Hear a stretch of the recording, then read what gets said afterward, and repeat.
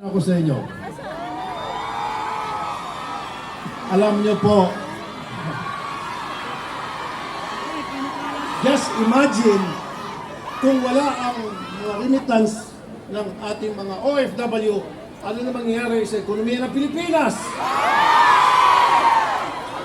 Alam niyo ba, noong 2022, 36 billion US dollars ang inyong dinala sa Pilipinas?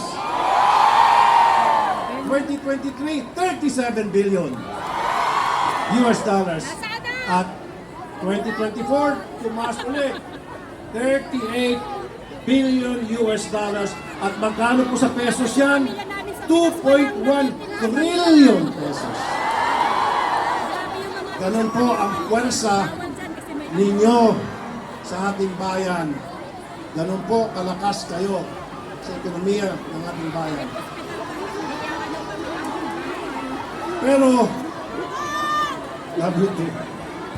Pero, hindi naman po siguro masama kung tayo'y mangarap. Ano po, sabi na nila, libreng mangarap.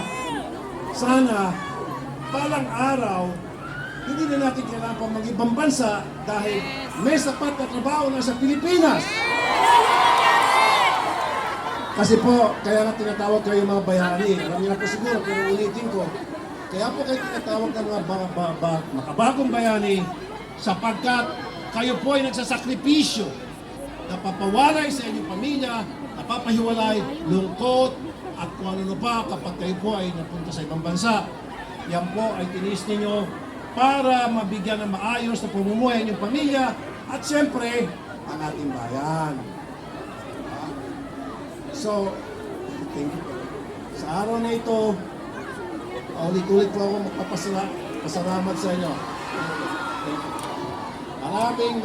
Maraming salamat po sa inyong ginagawa para sa ating bayan.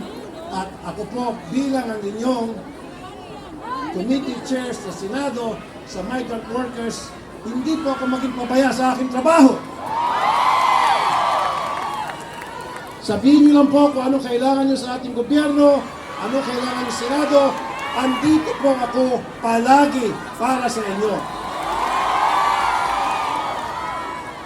And lastly, nakakataba po ng puso itong ginagawa niyo sa amin dito na napakainit ng inyong pagtanggap.